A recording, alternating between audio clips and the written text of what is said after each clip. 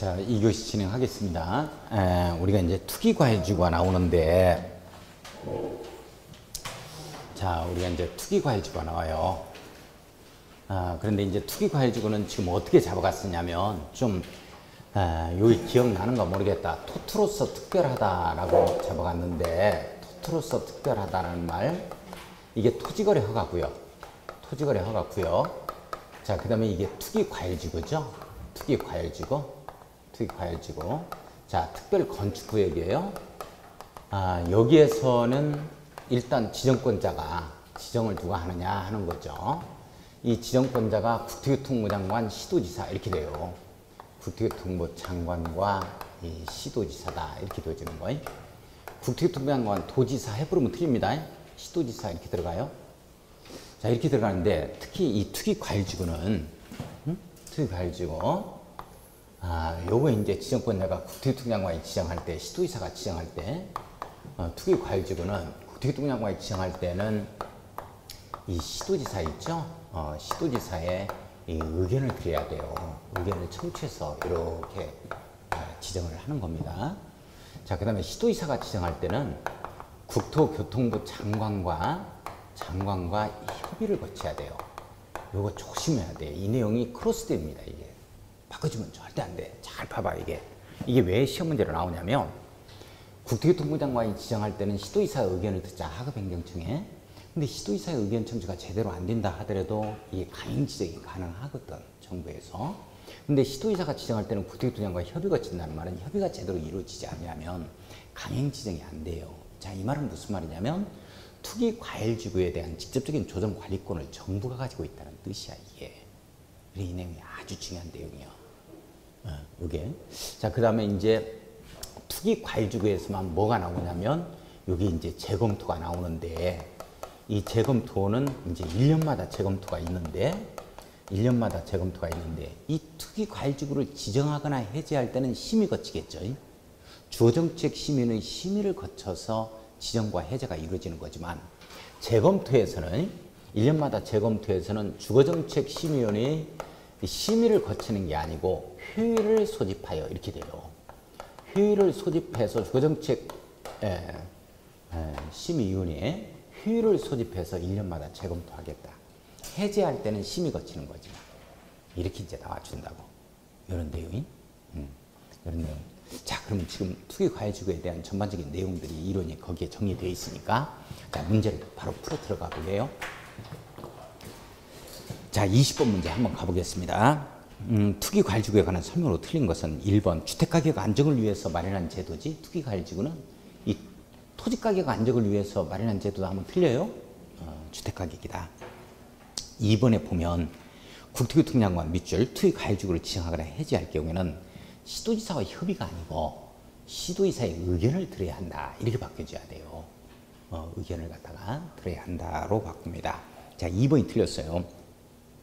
자, 3번에 투기과외지구 안에서 건설 공급되는 주택의 입주자로 선정된 지의 전매 또는 전매 알선은 10년 이내 범위에서 대통령이 정하는 기한 동안 제한이 된다. 전매 제한에 걸린다. 이런 내용이 해당이 되어집니다.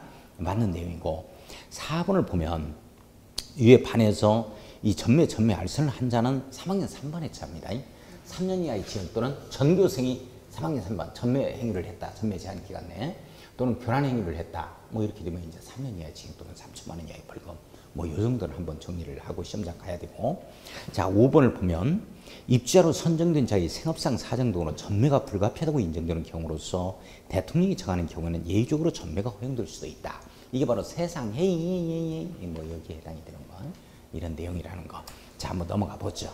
자, 21번 문제 들어갑시다.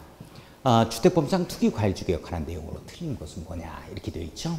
자, 1번은 국토교통부 장관 밑줄 시도지사 밑줄고요. 여자는 투기과외지구로 지정하거나 이를 해제할 수 있다. 네, 맞는 내용이죠. 아무튼 투기과외지구의 지정권자가 누구다? 국토교통부 장관, 시도지사. 아무튼 주거정책 심의의 심의를 거쳐서 하겠죠. 자, 2번을 보면 주택가격 안정을 위하여 필요한 경우는 주거정책 심의를 거쳐 심의 동그라미 쳐요. 일정한 지역을 투기과외지구로 지정할 수가 있습니다. 투기과외지구 지정할 때는 지정 해제할 때는 이게 심의 거쳐서 하자. 자, 3번 한번 가보면 국토교통장관 시도의사는 투기 가지고 지정했을 때는 지체없이 이를 공고하고 공고 밑줄 하급행정청이 시장군수구청장에 각각 공고 내용을 통보하자. 통보에 밑줄 거요. 공고하고 통보하자 하면 맞습니다. 자, 4번 들어가 보면 국토교통장관 시도의사는 투기 가해주구에서 지정 사유가 없어 있다고 인정하는 경우에는 지체 없이 자, 밑줄 거요. 투기 가해주구 지정을 해제하여야 한다에 걸립니다. 사유재산권에 대한 제약을 최소한도에 그쳐야 되는 과잉입법 금지 원칙에 의해서 반드시 해제해야 한다에 걸려야 돼요. 해제할 수도 있다라든지 이런 형태로 걸리면 틀려 이건. 자, 5번을 보면 시도의사가 투기 과일지구를 지정하거나 해제할 경우는 시장군수의 협의를 거치는 게 아니고 국토교통장관과 협의를 거쳐야 한다. 이렇게 나와야 되죠. 자, 시장군수를 지우고 국토교통부 장관으로 바꿔놓습니다. 그래서 5번이 틀렸네요. 자, 22번 한번 가죠. 투기 과일지구에 관한 설명으로 오는 것은 뭐냐 이렇게 돼 있고 1번 국토교통부 장관이 투기 과일지구를 지정하거나 해제할 경우에는 관할 시장군수구청장과 협의해야 된다 그랬는데 자, 시도지사와 시도의사의 의견을 들어야 한다 이렇게 바꿔줘야 되죠. 시도의사의 의견을 들어야 한다로 바꿔놓습니다. 자, 1번 또 틀렸고 2번도 어디가 틀렸는가 한번 보죠. 투기 과일지구 지정 후 해당 지역의 주택가격이 한정되어 지정 사유가 없을 경우 해당 지역에 거주하는 법령이 정한 수 이상의 토지 소유자. 자, 이 부분에 밑줄 거요. 해당 지역에 거주하는 법령이 정한 수 이상의 토지 소유자 밑줄 시도의사에게 투기 과일지구 지정의 해제를 요청할 수 있다. 요청할 수 있다. 밑줄 거요. 자, 이게 거주하는 자가 일정 수 이상의 법령에서 정하고 있는 일정 수 이상의 동의를 얻어서 해제할 수 있다는 말은 아예 없는 내용이요. 거기다 써놔. 없는 내용. 이렇게 써놓습니다. 이거 없는 내용이에요. 자, 그런데 이제 우리가 시험장에 갔을 때요. 잠깐 시험장에 갔을 때 이제 처음 보는 지문이 나와요. 예, 나올 수 있습니다. 이게 나옵니다. 처음 보는 지문이 한 5문제 정도가 나올 겁니다. 이게 나오면 절대 우리 처음 보는 지문에 계속 읽어보면 안 돼요. 2번 읽고 3번 읽으면. 절대 우리가 지금 법령 조문을 다 출제 영역을 다 덮어봤다고 우리가 한 번씩 봤어요. 그래서 처음 보는 지문이다 하면 2가지야. 일단은 우리가 전혀 보지 못한 시행 규칙에서 내버리면 이건 우리가 못 보는 지문이 나올 수가 있습니다. 그 다음에 2번째는 이 출제자가 지 멋대로 문제를 꼬아버린 거야. 이렇게 되면 우리가 또 처음 보는 지문이야. 그래서 우리가 많이 보아온 지문에서 OX가 나온다는 거 자신있게 말씀드리고 그것만 차분하게 하면 7, 80점 나오는 데는 전혀 지장이 없다. 문제가, 점수가. 걱정할 거 없어요. 그렇게 해 들어갈 수 있도록 해요. 자, 이런 내용 자체가 없다. 틀린 지문이고. 자, 3번은 국토교통부 장관은 1년마다 동그라미 치고 주거정책심의위원회 회의를 소집하여 일단 회의 소집 네모일 거예요. 이게 심의를 거쳐 해버리면 또 틀립니다. 재검토에서는 회의 소집해서 재검토가 이루어지는 거예요. 지정하거나 해제할 때 심의를 거치는 거지. 자, 회의를 소집하여 투기 과일지구로 지정된 지역별로 투기 과일지구 지정의 유지 여부를 재검토해야 된다. 자, 재검토에 동그라미 한번 딱 쳐놓습니다. 주거정책심의위원회인데 여기 주택정책심의위원회로 잘못 나와 있죠. 그게 좀 틀렸고. 자, 그래서 아무튼 3번은 맞는 걸로 합시다. 3번이 맞아요. 자, 4번 봅시다. 투기 과일지구에 제한되는 전매는 상속 동그라미 칩니다. 상속의 경우를 포함하여 전매할 수 없다 하면 안 돼요. 상속, 세상행위 이런 것 가능하죠? 그죠? 제외하고 권리변동 수반하는 모든 행위를 말한다. 이렇게 되어지고. 자, 5번을 보면 투기 과일지구에서 주택의 입주자로 선정된 주인은 이혼으로 인하여 배우자에게 이전이 불가피하고 사업 주체의 동의를 받는 경우에는 배우자에게 전매할 수 있다가 되겠죠. 없다를 있다로 바꿔놓습니다. 자, 오른쪽 23번 문제 한번 가보죠. 자, 주택법률상 주택의 공급에 관한 내용으로 틀린 것은 뭐냐 이렇게 되어 있어요. 23번 문제. 1번 사업 주체의 주택에 관한 건설 공급은 국가 유공자 보상 대상자 장애인 등에 대해서 입주자 모집 조건 등을 달리 정하여 별도 공급할 수 있다. 이 부분 밑줄 거요. 아무튼 별도로 공급이 가능합니다. 뭐 특별 우선 공급을 한다는 거나 해서. 자, 2번 한번 보면 사업주체가 입주자를 모집하려는 경우에는 시장군수구청장이 승인을 받아야 한다. 자, 입주자 모집 승인이라는 얘기죠. 승인에 동그라미 쳐놓고 이 승인은 입주자 모집 승인입니다. 입주자 모집 승인 또는 입주자 모집 공고 승인 이렇게 표현되는 것이죠. 자, 3번 갑니다. 사업주체가 복리시설 입주자를 모집하는 경우 밑줄 거예요. 자, 단지 내 상가입니다. 이때는 시장군수구청장에게 신고해야 한다. 신고에 동그라미 칩니다. 자, 4번을 보면 국가지방자치단체 한국토지대공사 및 지방공사의 경우에도 국지한지죠. 입주자를 모집하는 경우에는 이 3을 준용한다라고 되어 있는데 이게 국제한지 요거예요 지금 선생님들 요거. 국제한지가 할 때는 입주자 못 입고 온 거 승인이 여기 없어요. 복리시설 할 때 뭐 신고한다 이런 내용 자체가 없습니다. 하지 않습니다. 이런 거 승인 안 받아요. 그냥 공급한다 이렇게 잡아주시면 돼. 예. 자 요런 것 등이 없다. 입주자 모집 승인을 받지 아니한다. 자 4번이 틀렸고 5번은 사업주가 주택을 공급하는 경우는 벽지, 바닥재, 주방용구, 조명기구 등을 제외한 부분의 가격을 따로 제시하고 이를 입주자가 선택할 수 있도록 해야 한다 해서 맞는 질문에 해당이 됩니다. 434쪽 24번 문제 숙제 한번 해보죠. 1년마다 재검토입니다. 5년마다 재검토가 아니고 1번이 정답이죠. 한번 해볼 수 있도록 합니다. 한번 읽어보세요. 자 오른쪽 주택 관리 파트 들어갑니다. 자 잠깐만요. 주택은 건설 파트가 있고 그 다음에 공급 파트가 있고 그 다음에 관리 파트가 있는데 이 관리 파트는 우리 장기순 충당금이라든지 무슨 놈에 뭐 이런 거라든지 말이지. 뭐 이런 것들이 다 빠져버렸어요. 관리비 내역서라든지 뭐 이런 거. 또는 뭐 주택관리사가 관리를 한다는 거나 주택관리사 보호가 한다는 거나 뭐 이런 내용들이 있었는데 다 그거 이제 빠져버렸습니다. 공동주택관리법이라고 해서 우리 시험범위가 아니에요. 그거 싸그리 빠져버렸습니다. 자 그래서 이 주택관리 파트는 10년간 지금 시험 문제가 출제되지 않습니다. 10년 동안이. 그런데 문제는 관리와 전혀 지장이 없는 이 부분이 관리 파트에 들어가 있어요. 그게 바로 리모델링에 관한 내용입니다. 리모델링. 그래서 이 내용은 한 문제 정도가 출제가 됩니다. 그래서 리모델링은 지금부터 4문제만 이거 풀고 쭉쭉 읽어보고 두세 번 읽어보고 시험장 가야 돼. 이 문제를 해줘야 돼. 자 관리 파트 들어가겠습니다. 여기서 이 정도는 쭉쭉 읽고 시험장 가야 돼요. 자, 1번 보겠습니다. 주택법령상 증축 및 세대수 증가형 리모델링에 관한 내용으로 틀린 것은 뭐냐 이렇게 되어 있어요. 자, 잘 보세요. 제가 강조하는 부분 꼭 잡고 시험장 가야 됩니다. 1번을 보면 세대수가 증가되는 리모델링을 하는 경우 밑줄 거예요. 세대수가 증가하는 리모델링 할 수 있죠. 세대수가 증가되지 않는 전용면적 10분의 3 이내, 85제곱미터 이내다 이렇게 되어지면 10분의 4까지 40% 이내에서 별도 증축이 가능하죠. 그런 것들은 또 해당 사항이 없습니다. 세대수가 증가하는 리모델링에서만 지금 해당 사항입니다. 그게 중요해요. 경우에는 기존 주택의 권리변동 계획을 권리변동 계획 네모였고요. 수립하여 사업계획 승인 또는 행위 허가를 받아야 한다. 밑줄 한번 그어놓습니다.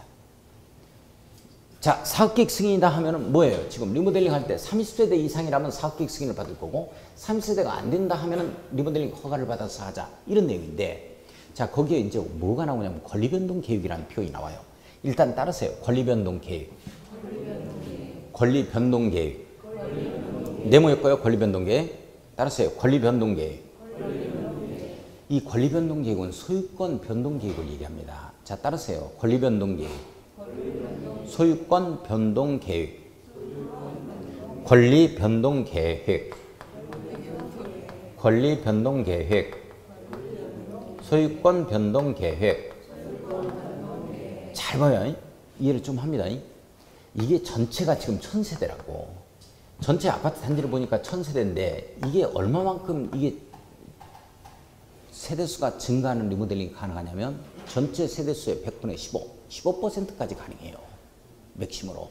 자, 그러면 이게 15%까지 가능하냐면 1150세대까지 이게 증축이 가능합니다. 150세대를 증축이 가능하다니까 세대수를 증가하는 증축을 할 수 있다니까 리모델링. 내용 여기까지 가요? 그럼 문제는 뭐냐면 집합건물에 해당이 되다 보니까 이게 지금 주택 플러스 대지 사용권 한꺼번에 줘야 되죠. 그래요 안 그래요? 그러면 여기서 150세대 늘어나면 땅은 한정되어 있지. 이 기존에 가지고 있었던 대지 사용권의 소유자들은 이게 줄어들어야 될 거 아니야. 여기한테 줘야 되니까. 그래요 안 그래요? 그러면 소유권 변동 계획을 수립해야 돼 말해야 돼? 해야 되지. 그래서 세대수가 증가하는 리모델링 할 때는 여기에 지분을 줘야 되기 때문에 권리변동 계획을 수립해야 된다 이렇게 나온다고. 그러면 소유권을 갖다가 즉 세대수가 증가하지 아니하는 리모델링을 하는 거야. 단지 30% 이내에서 증축이 들어가. 이때는 대지 사용권은 변함이 있어 없어? 없지. 그렇다는 얘기야. 그거 이해를 해 주셔야 돼. 중요하다. 그리고 권리변동 계획을 수립하지 않은 내용은 나오면 반드시 세대수가 증가하는 리모델링이라 이 말이 꼭 들어가야 된다고. 이 내용이 빠지면 틀려. 자, 2번 가겠습니다. 증축형 리모델링을 하려는 자는 시장문수구청장에게 안전진단 요청 밑줄 거예요. 예, 그렇지 않으면 뭐 어제 발생한 뭐 이 부산 같은 이러한 건축물에 무너져 버리고 하는 이런 사태가 벌어지는 거죠. 안전진단 요청해야 됩니다. 하며 안전진단을 요청받은 시장군수구청장은 해당 건축물의 증축 가능 여부 확인 등을 위하여 안전진단 실시해야 된다. 자, 안전진단 실시하자. 밑줄 그어놓습니다. 시장군수구청장이 하는 것이죠. 자, 3번 가겠습니다. 시장군수구청장이 주택 재건축 사업의 시행이 필요하다고 결정한 건축물 밑줄 그어요. 주택 재건축 사업의 시행이 결정한 건축물은 이 대하에는 이 증축형 리모델링을 할 수 있게 없게 없지. 아예 부실하기 때문에 밀어버리고 재건축하자 이런 내용이거든요. 아예 증축형 리모델링을 할 수가 없기 때문이야. 무너지니까. 예, 그래서 증축형 리모델링을 하여서는 아니 된다에 걸립니다. 재건축 쪽으로 가야 돼요. 자, 3번이 틀렸습니다. 자, 4번은 시장군수구청장은 수직 증축형 리모델링을 하는 자가 수직 증축형 리모델링 밑줄 그어요. 자, 제일 위에다가 올려버리는 거죠. 지금이 건물 제일 위에다가 건축법에 따른 건축인의 심의를 요청하는 경우 구조계획상 증축 범위의 정책성 등에 대하여 전문기관의 안정성 검토를 의뢰해야 한다. 전문기관의 안정성 검토를 의뢰하자. 밑줄 그어놓습니다. 각급 행정기관의 의뢰 제도 중에 하나입니다. 부족한 전문 행정 인력의 보완 제도 중에 하나다. 이런 의뢰 제도가 있다라는 걸 이해를 좀 해주고, 자, 5번 갑니다. 수직 증축형 리모델링의 설계자는 밑줄 그어요. 수직 증축형 리모델링의 설계자는 밑줄 그었습니다. 국토교통부 장관이 정하여 고시하는 구조 기준에 맞게 구조 설계 도면을 작성해야 됩니다. 구조 설계 도서 네모였고요. 이걸 작성하여야 한다. 설계 도면 작성해야 되겠죠. 자, 넘어갑니다. 자, 2번 가겠습니다. 주택법령상 세대수 증가형 리모델링 시기 조정 밑줄 그어요. 세대수 증가형 리모델링 시기 조정. 어디까지나 요청권자는 국토교통부 장관과 시도의사가 나오고 행위 주체는 시장군수구청장이 나오겠죠. 네, 틀린 것은 뭐냐? 자, 1번 국토교통부 장관은 밑줄 한번 걸었습니다. 주거정책 심의의 심의를 거쳐 특별시장, 광역시장, 대도시장이죠. 자, 밑줄 두 줄 거예요. 특별시장, 광역시장, 대도시장 밑줄 두 줄. 리모델링 기본계획 네모였고요. 변경을 요청할 수 있답니다. 이렇게 나와주고 있죠. 자, 여기 한번 봐요. 리모델링 기본계획이라는 게 있어요. 자, 리모델링 기본계획이 있다. 따르세요. 리모델링 기본계획. 리모델링 기본계획. 리모델링에 관한 청사진 계획. 리모델링 기본계획. 리모델링 종합계획. 리모델링에 관한 청사진 계획. 리모델링 기본계획. 청사진 계획. 리모델링에 관한 청사진 계획. 리모델링 기본계획. 리모델링에 관한 청사진 계획. 요거 수립을 누가 하는 거냐면 대도시에서만 해요. 따라서 특별시장, 광역시장, 특별시장, 광역시장, 대도시 시장만 합니다. 천안시장, 수원시장까지만 합니다. 대도시 시장까지만 합니다. 원칙적으로. 물론 아산시 같은 경우는 도지사가 필요하다고 인정을 하면 또 수립할 수는 있어요. 그러나 원칙 수립권자는 누가 한다? 특별시장, 광역시장, 대도시장, 대도시에만 한다. 다시 한번 리모델링 기본계획 수립권자는 누구다? 특별시장, 광역시장, 대도시시장. 리모델링 기본계획 수립권자는 시도지사가 한다. OX, X. 다시 리모델링 기본계획 수립권자 대도시장만 해요. 시작. 특별시장, 광역시장, 대도시시장. 리모델링 기본계획 청사진계획 누가 수립해요? 시작. 특별시장, 광역시장, 대도시시장. 자, 청사진 계획이기 때문에 요걸 갖다가 수립 단위를 보면 10년 단위로 수립 들어갑니다. 10년 단위로 수립합니다. 10년 단위로 수립해요. 10년 단위로 수립하는 것이고 10년 단위로 청사진 계획을 수립하기 때문에 중간에 한번 재검토가 있겠죠. 그래서 재검토가 있는데 이 재검토를 갖다가 5년 단위로 합니다. 5년마다 재검토를 둡니다. 5년마다 재검토 규정을 둬요. 재검토 규정을 둔다. 재검토 규정을 둔다. 5년마다 도시군 기본계획과 도시군 관리계획에서 5년마다 재검토 규정을 두죠. 그죠? 하는 거나 하지. 또 괜히 또 국토기법률 또 끄집어내가지고 또 위축시켰지 너무나? 그 다음에 우리 기수가 쌍둥이로 나온다. 정비사업에서 쌍둥이. 기본 방침과 기본 계획의 수립. 기수가 쌍둥이. 거기에서 10월 5일에 수퇴했다. 10년 단위로 수립하고 5년마다 타당성 검토가 거기 나오고 그리고 5년마다 타당성 검토가 여기 나옵니다. 리모델링 기본계획. 1년마다 재검토다. 뭐 이런 얘기가 나오는 건 투기과열지구다. 이런 내용이 어떻게 한두 가지가 돼야 좀 정리를 해보지. 다만 또 그러하지 아니하다라고 미쳐버리겠어. 아유 그냥. 여기에서 자 나온다. 자 2번 보겠습니다. 2번 국토교통부 장관 국토교통부 장관은 시장군수구청장에게 세대수 증가 리모델링의 사업계획 수행 또는 허가 시기를 조정하도록 요청할 수 있다. 자 국토교통부 장관은 밑줄 그어놓습니다. 자 요청에 동그라미 딱 쳐요. 요청에 동그라미 칩니다. 자 3번 가겠습니다. 시도이사는 밑줄 그어요. 시도이사도 요청권자로만 나옵니다. 자 리모델링 기본계획을 변경하도록 요청 밑줄 그어놓고 시장군수구청장에게 세대수 증가 리모델링의 사업계획 승인 또는 허가 시기를 조정하도록 조정권자는 시장군수고 요청할 수 있다. 요청하는 자는 시도이사급이다. 시도이사 국토교통부 장관 요청 밑줄 그어야 할 수 있다. 자 4번에 시도이사는 리모델링을 원하는 추진을 지원하기 위하여 이 리모델링 지원센터를 설치 운영할 수 있다고 나오는데 일단 리모델링 지원센터에 네모에 꽂았습니다. 리모델링 지원센터가 하는 일은 각종 지원의 업무만을 합니다. 리모델링 지원센터는 지원 업무만 해요. 우리가 리모델링 하려고 그래. 그럼 우리가 시공자를 어떻게 뭐 선정해야 될지 물론 경쟁입찰로 선정하지만 어떻게 해야 될지 잘 모른다고. 이것들을 지원하는 게 바로 지원센터다. 자 그러면 이걸 누가 설치하는 거냐? 행위 주체는 무조건 시장군수구청장이에요.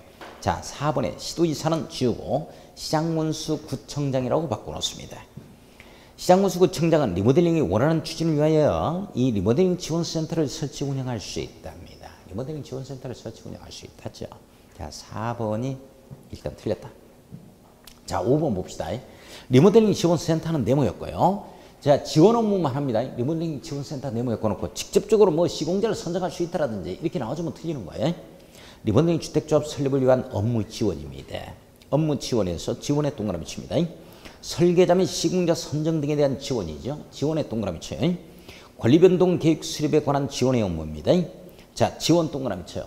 자 리모델링 지원센터는 지원 업무만 합니다. 거기에 나오는 무슨 놈의 권리변동 계획을 직접 수립한다라든지 뭐 설계자를 갖다가 시공자를 직접 선정할 수 있다라든지 이런 말 나오면 틀려요.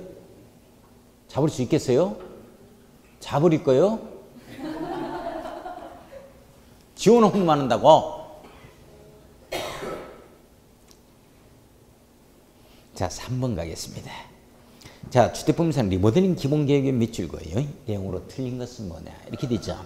자 1번 특별시장, 광역시장, 대도시장 네모였고요. 자 리모델링 기본계획 수립권자는 누구다? 특별시장, 광역시장, 대도시시장. 다시 한번 누가 수립한다? 리모델링 청사진 계획은 특별시장, 광역시장, 대도시시장. 물론 이제 책 덮으면 잊어버리지만 그래도 잊어버리는 순간까지는.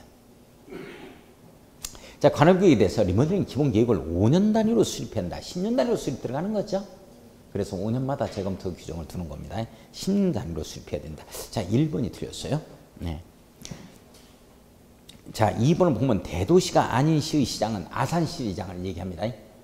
자 아산시를 얘기해요. 아산시장은 도지사가 리모델링 기본계획을 수립이 필요하다고 인정하는 경우 리모델링 기본계획을 수립하여야 한다. 예, 맞는 내용입니다. 원칙적으로는 대도시 이상부터 수립하는 거나 거지만은 일단 도지사가 필요하다고 인정하면 아산시 같은 경우에도 수립한다. 뭐 이런 내용이 해당이 되어지고. 자 3번 봅니다. 리모델링 기본계획을 수립하거나 변경하려면 14일 이상 주민에게 공람 밑줄, 지방의회 의견 밑줄 걸었습니다. 들어야 한다에 걸리죠. 예, 맞는 내용입니다. 자 4번을 보면 리모델링 기본계획을 수립하거나 변경하려면 관계 행정기관의 장과 협의 밑줄 거요. 관계 행정기관의 장과 협의 밑줄 협의 동그라미 쳐요. 시도 또는 시군구 도시계획의 심의입니다. 심의 동그라미 쳐요. 심의를 거쳐야 한답니다. 협의도 거치고 심의도 하자. 뭐 이런 내용이 있다는 거니 뭐 유유고 그런 건 아닙니다. 자 5번 봐요. 특별시장, 광역시장, 대도시장은 네모였고요. 리모델링 기본계획의 수립권자죠. 5년마다 동그라미 칩니다. 리모델링 기본계획의 타당성 여부를 검토하여 밑줄 그어요. 자 재검토죠. 기본계획의 타당성 검토를 검토하여 밑줄 그어놓습니다. 여부를 검토해서 그 결과를 리모델링 기본계획에 반영하자. 네, 밑줄 그어놓고. 자 오른쪽에 리모델링에 관한 내용으로 틀린 것은 뭐냐 이렇게 돼 있죠. 자 1번 들어갑니다. 리모델링 주택조합 밑줄 긋고 입주자 대표입니다. 전원의 동의가 있으면 조합 설립할 필요도 없고 입주자 대표에서 직접 시공자 선정해서 할 수 있어요. 시장군수 구청장의 허가를 받아 리모델링을 할 수 있습니다. 예, 맞습니다. 2번 위에서 리모델링을 하는 경우 건설산업기본법에 따른 건설업자 밑줄 긋고 건설업자로 보는 등록사업자 밑줄 그어요. 이자를 시공자로 선정해야 됩니다. 시공자로 선정해야 한다. 밑줄 긋습니다. 자, 3번에 시공자를 선정하는 경우는 수의계약 방법이 있죠. 수의계약 방법이 아니고 무조건 공법상 원래 시공자 선정은 무조건 경쟁입찰입니다. 수의계약이다, 추천 방법이다 이런 것들은 전부 다 예외로 가는 것들이고 원칙 경쟁입찰입니다. 시공자를 선정하는 경우 국토교통부장관이 정하는 경쟁입찰 방법이다. 경쟁입찰로 고쳐놓습니다. 3번이 틀렸어요. 자, 4번은 시장군수구청장이 세대수 증가인 리모델링을 허가하는 경우는 기반시설의 영향이나 기반시설의 영향 밑줄 도시군관리계획의 부합 여부 밑줄 그어놓습니다. 등에 대하여 시군구의 도시계획의 심의를 거쳐야 된다. 심의에 동그라미 쳐요.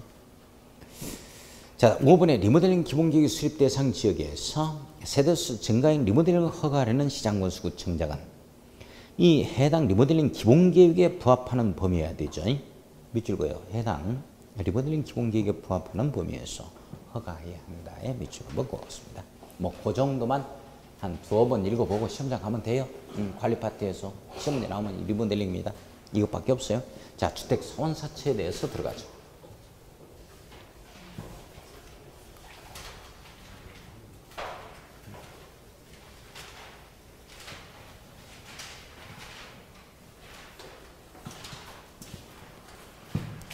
자, 주택 사원사채. 자, 우리 채권이 지금 원래 5개의 채권이었는데 국민택 채권이 주택도시기준법으로 갔죠. 그래서 우리 시험범위는 아니고 지금은 4개가 바로 우리 시험범위에 해당이 됩니다. 신경 쓰이게 만드네. 저것이 왔다 갔다. 나비지. 너는 나비가 아니고 나방이다 지금.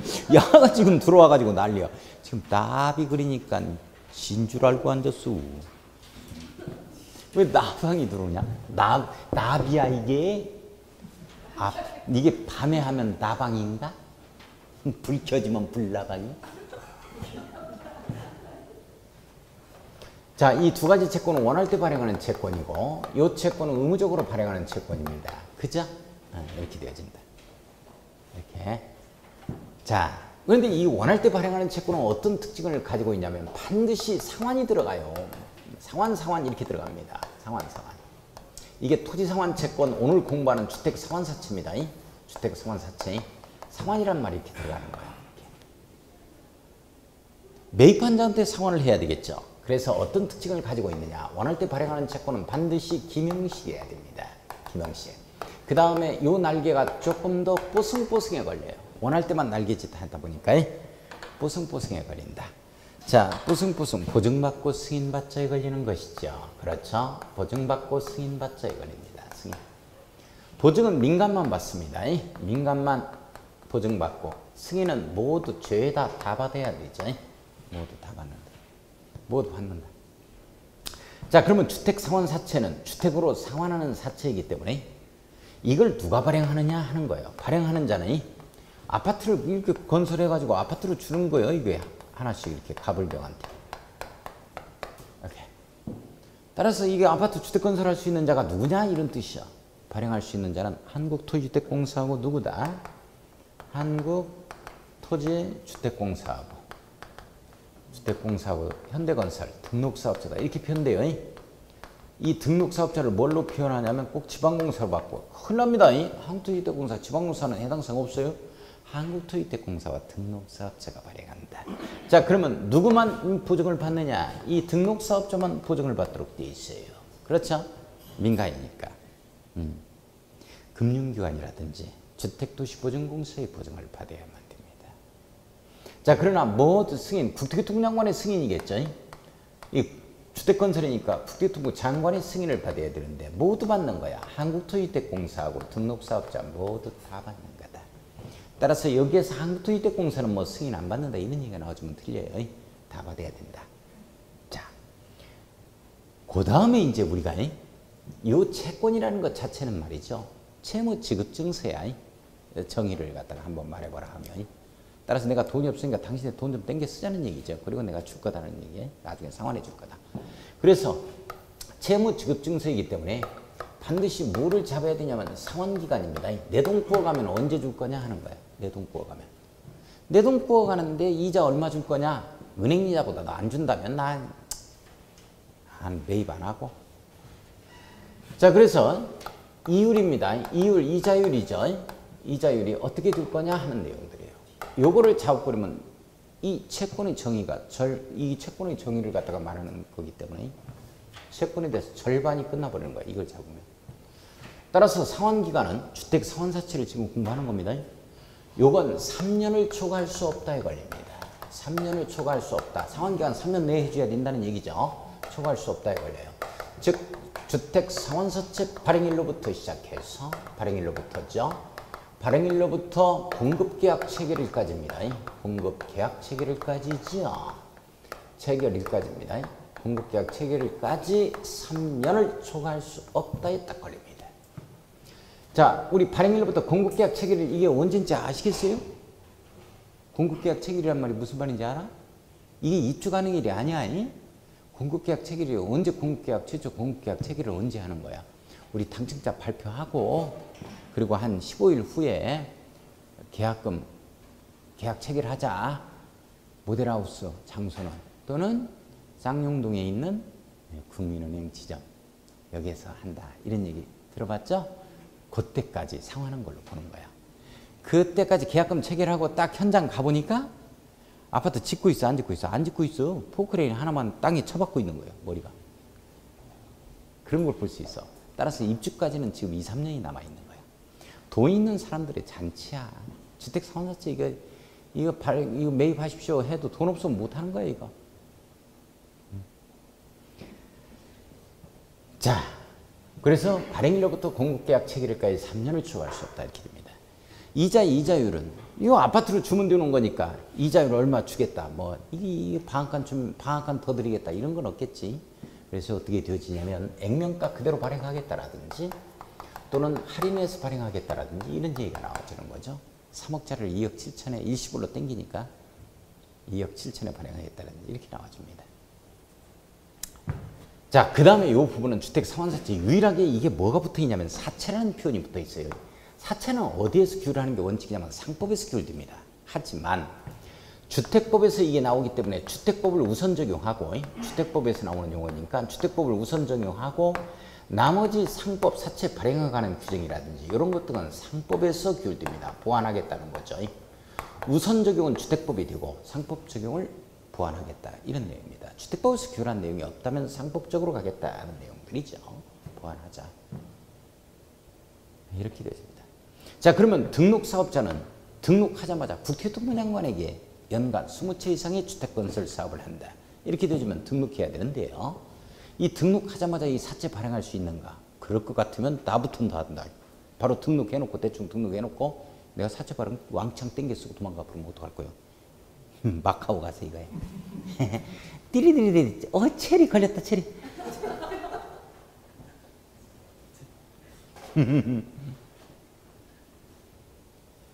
그래서 등록사업자가 발행할 수 있는 이 발행 기준이라는 게 있습니다. 기준이라는 게. 이 자본금이 5억 원 이상이어야 되고 건설업자의 등록을 했어야 되며 그리고 이 실적이 있어야 돼요. 3년간 3사마다 300세대 이상의 실적이 있어야 되고 발행 규모는 밑도 끝도 없이 발행할 수 있는 게 아니고 3년간 주택 건설호수에 있어 연평균 주택 건설호수 이내로만 공급이 가능합니다. 이제 그런 이 발행 기준이 있다. 그러나 이거 한국토지대공사는 발행 기준이 없어요. 이 내용을 여기에 붙여버리면 또 틀린다고. 자, 그러면 우선 우리 요약집을 체킹을 한번 해보게요. 자, 요약집 한번 체킹 한번 해보겠습니다. 자, 요약집이 이제 어디에 나오느냐? 주택 상환사채 188조인가? 선생님들 188조 한번 펴봐. 주택 상환사채. 자, 재료 봅니다. 1번 한국토지대공사 네모 등록사업자 네모 엮어놓고 별표 쳐야 돼요. 누가 발행한다? 한국토지대공사와 등록사업자가 발행합니다. 주택 상환사채를 발행할 수 있죠. 이 경우 등록사업자는 네모였고요. 한국토지주택공사는 해당 사항이 없습니다. 등록사업자는 자본금, 자산평가액 및 기술력 등이 대통령으로 정하는 기준에 맞고 기준 동그라미 쳐야 되죠. 금융기관 주택도시보증공사의 보증을 받은 경우에만 보증 동그라미 칩니다. 기준에 맞고 보증받은 경우에만 발행할 수 있다는 건 등록사업자한테만 해당 사항이지 한국토지주택공사는 해당 사항이 없다. 자, 그러면 이 기준이 뭐냐? 밑에 나옵니다. 박스 안을 봐요. 등록 요건 기준입니다. 등록 기준이죠. 자, 등록사업자의 발행 기준입니다. 발행 기준이라고 써야 되는데 잘못 나와있네. 자, 법인으로서 자본금이 5억 원 이상 밑줄고요. 자, 니은번을 보면 건설업 등록을 한 자일 건 밑줄고 있습니다. 디귿번에 3년간 삼삼해야 됩니다. 3년간 연평균 주택건설 실적이 300세대 이상이어야 돼요. 밑줄 긋고 발행 규모의 네모였고 놓습니다. 발행 규모 한국토지주택공사는 해당 사항이 없습니다. 등록사업자만 해당 사항이죠. 등록사업자가 발행할 수 있는 주택사원수채의 규모는 자, 규모는 동그라미 최근 3년간 연평균 주택건설로서 인해로 한다 밑줄 그어놓고 3년간 누적 건설 세대수가 6,000세대다 이렇게 되어지면 연평균은 2,000세대니까 2,000세대 이내에서 발행할 수 있다. 이런 내용입니다. 자, 발행 절차 갑니다. 1번 주택사원사채는 액면 동그라미 치고 할인 동그라미 칩니다. 자, 2번에 보면 주택사원사채권은 기호와 번호를 붙여야 한다. 밑줄 그어요. 우리 돈에도 지금 넘버링이 붙어 있듯이 똑같습니다. 자, 3번에 보면 주택사원사채의 발행자는 자, 발행자는 동그라미 치고 주택사원사채 대장을 밑줄 그어 놓습니다. 주택사원사채권의 발행 및 상환에 관한 사항을 기재해야 되죠. 자, 4번 가겠습니다. 주택사원사채는 기명증권입니다. 기명증권 네모였고요. 이걸로 하고 사채권자의 명의변경 취득자의 성명과 주소를 사채 원부입니다. 사채 원부에 동그라미 치고 별표 쳐요. 원부요, 사채권이요. 원부야, 사채 원부입니다. 원부에 기록하는 방법으로 하며 밑줄 취득자의 성명을 채권에 기록하지 아니하면 채권에 동그라미 쳐요. 원부와 채권 둘 다 사채권에 둘 다 기재를 해야 됩니다. 자, 기록하지 않으면 사채 발행자 및 제3자에 대해서 대항할 수 없다. 쭉 밑줄 그어놓고 자기의 권리를 주장할 수 없다. 자, 5번 주택상환사채를 발행한 자는 발행 조건에 따라 주택을 건설해서 사채권자에게 상환해야 되죠. 사채권자에 상환해야 한다는 밑줄 그었습니다. 자, 6번 갑니다. 별표 쳐요. 6번 등록사업자의 등록이 말소된 경우에도 등록사업자가 발행한 주택상환사채의 효력에는 영향을 미치지 아니한다의 밑줄 그었습니다. 영향을 미치지 아니한다야, 영향을 미친다야. 미치지 아니한다. 효력에 영향을 미치지 아니한다야. 미친다 하면 미쳐버리는 거야.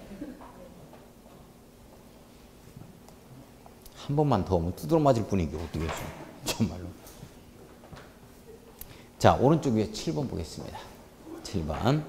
자, 주택사원사채 발행에 관하여 이 법에 규정한 것 이외에는 밑줄 그었습니다. 주택법을 우선 적용하고 여기에서 빠진 것이 있다면 밑줄 그어요. 상법 중 사채 발행에 관한 규정을 적용한다.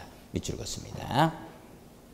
자, 8번은 뭐 주택사원사채를 발행하는 자는 주택사원사채 발행계획을 수립해서 국토교통부 장관에게 승인을 받아야 한다. 자, 이 부분 주택사원사채를 발행하려는 자는 밑줄 그어놓고 한국토지주택공사와 등록사업자라고 써놔야 되죠.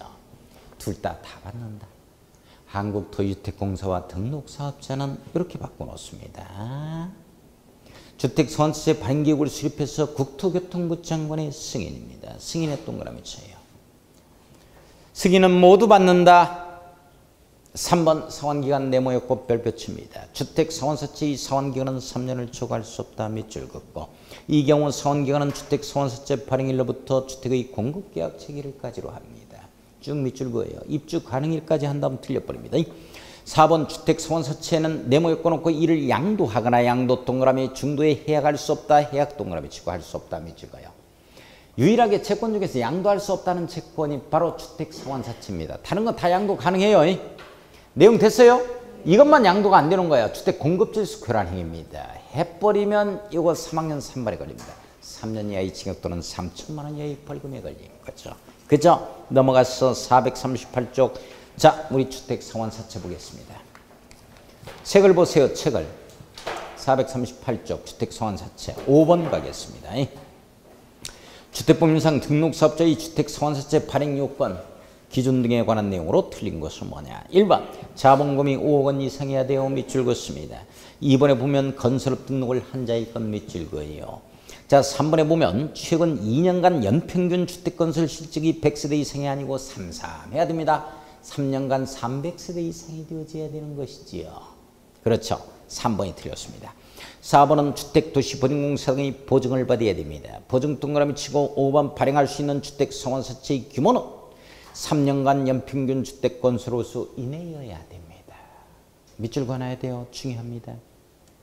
자, 6번 들어가겠습니다. 6번. 주택법령상 주택상환사채 발행에 관한 내용으로 옳은 것은 뭐냐? 1번 사채 발행에 관하여는 상법 중 사채 발행에 관한 규정을 우선 적용한다 해버리면 틀립니다. 주택법에서 나오는 내용이기 때문에 주택법을 우선 적용하고 여기에서 이제 빠진 게 있다면 사채 발행에 관한 규정 등 이건 상법을 준용하자 이렇게 나오겠죠. 자, 2번 갑니다. 주택상환사채의 상환기간은 3년을 초과할 수 없다 이 걸리죠. 예, 5년을 3년으로 바꿔야 됩니다. 3번 상환기간은 주택상환사채 발행일로부터 공급계약 체결일까지로 합니다. 공급계약 체결일 입주일까지 한다면 틀려버리죠. 공급계약 체결일까지 합니다. 4번 갑니다. 주택상환사채는 이를 양도하거나 중도에 해약할 수 없다가 되죠. 양도 동그라미 해약 동그라미 할 수 없답니다. 자, 5번 갑니다. 주택상환사채인 납입금은 당해 보증기관과 이 주택상환사채 발행자가 협의하여 정하는 금융기관에서 관리 들어갑니다. 자, 밑줄 그어요. 협의하여 정하는 금융기관에서 관리 밑줄 그어놓습니다. 자, 5번이 맞는 내용이에요. 자, 7번 숙제, 8번 숙제 갑니다. 다 설명 나갔으니까 넘어가서 9번 문제 가겠습니다. 9번. 440쪽에 9번 갑니다. 주택상환사채에 관한 다음의 설명 중 틀린 것은 뭐냐? 1번의 주택상환사채는 기명증권으로 한다. 기명증권 네모 맞죠? 자, 2번 등록사업자는 네모 엮어놓고 주택상환사채 발행할 수 있는데 이걸 발행할 수 있는 금융기관 혹은 주택도시보증공사의 보증을 받아야만 돼요. 여기까지는 맞는데 무기명 여기서 틀렸네요. 기명이죠? 기명식증권 2번 틀렸습니다. 또 3번도 틀렸네요. 2번, 3번 정답 2개 나와요. 주택상환사채를 발행하는 한국토지주택공사는 국토교통부 장관에게 승인을 받을 필요가 없다라고 되어 있는데 승인은 모두 다 받아야 됩니다. 발행하는 자는 국토교통부 장관의 승인을 모두 받아야 된다. 모두 받자. 자, 2번, 3번 정답이에요. 4번 주택상환사채는 액면 또는 할인의 방법으로 발행한다. 액면 동그라미 할인 동그라미 맞죠? 5번의 주택상환사채의 상환기간은 3년을 초과할 수 없답니다. 밑줄 그어놓고 자, 10번은 숙제입니다. 이렇게 해서 주택법의 마무리가 됐습니다. 이렇게 해서